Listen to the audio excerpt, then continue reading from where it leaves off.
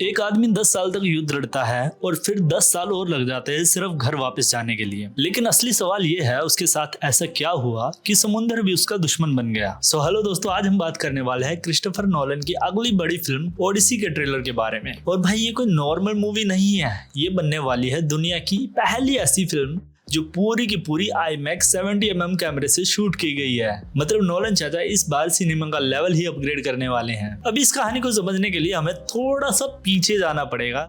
कई हजार साल पहले एक ग्रीक कवि थे होमर। उन्होंने 2 महान किताबें लिखी। पहली इलियड जो ट्रोजन युद्ध की कहानी बताती है, दूसरी ओडिसी जो उस युद्ध के बाद की कहानी है। और नोलन की ये फिल्म उसी दूसरी कहानी पर आधारित है। ट्रेलर में आपने एक विशाल लकड़ी का घोड़ा जरूर देखा होगा। इसे ट्रोजन हॉर्स कहा जाता है। और इस आइडिया के पीछे दिमाग किसका था? हमारे हीरो ओडिसिस का। ओडिसिस ने अपनी चालाकी और बुद्धि से पूरी जंग जीत ली। अब असली कहानी तो यहीं से शुरू होती है। युद्ध खत्म हो चुका है और सब कुछ आसान होना चाहिए था।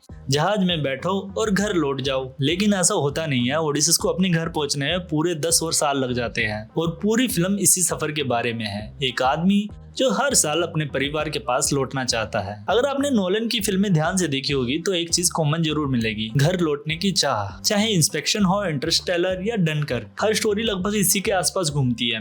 और इस बार भी कुछ ऐसा ही है। सो अब ट्रेलर की तरफ देखें तो ओडिसिस का रास्ता बिल्कुल भी आसान नहीं है। सो बेसिकली इस मूवी में एक आंख वाला एक विशाल राक्षस दिखाया गया है जिसका नाम है साइक्लॉप्स मॉन्स्टर, जो इंसानों को पकड़कर खा जाता है। इसके बाद आता है पोसाइडन का श्राप, समुद्र का देवता। ओडिसिस से नफरत करने लगता है और हर बार तूफान, लहरें, तबाही उसके रास्ते में खड़ी कर देता है। इसके बाद कैलिप्सो का आइलैंड दिखाया जाता है। एक रहस्यमयी औरत ओडिसिस को अपने द्वीप पर रोक लेती है और वहीं उसके कई साल गुजर जाते हैं। ट्रेलर में एक डार्क दुनिया दिखाई गई है। ये ग्रीक अंडरवर्ल्ड है, एक अंधेरी दुनिया जहां वो मृत आत्माओं से मिलता है। इसके बाद सायरन का गाना, खतरनाक जीव, ऐसी आवाजें जो इंसान को पागल बना देती हैं और वो खुद ही मौत की तरफ बढ़ने लगता है। इसके बाद आते हैं विशाल नरभक्षी। ट्रेलर में जो बड़े बड़े आर्मर वाले मॉन्स्टर दिख रहे हैं ये है लेस्ट्रिगोनियंस और ये लोग इंसानों को खा जाते हैं। लेकिन कहानी सिर्फ यहीं खत्म नहीं होती। दूसरी तरफ उसका घर भी सुरक्षित नहीं है। उसका बेटा बड़ा हो चुका है, उसकी पत्नी अकेली है और सबसे बड़ी बात, सैकड़ों लोग उसकी पत्नी से शादी करने के लिए तैयार बैठे हैं। उसका पूरा राज्य धीरे धीरे खत्म हो रहा है। जरा सोचो, तुम 20 साल बाद घर लौट रहे हो और कोई तुम्हारी जगह लेने की कोशिश कर रहा है। उस पल तुम्हारे अंदर क्या चलेगा? गुस्सा, दर्द या फिर एक आग? ये फिल्म सिर्फ एक स्टोरी नहीं है, ये एक एक्सपीरियंस है। IMAX 70mm पर शूट, असली लोकेशन,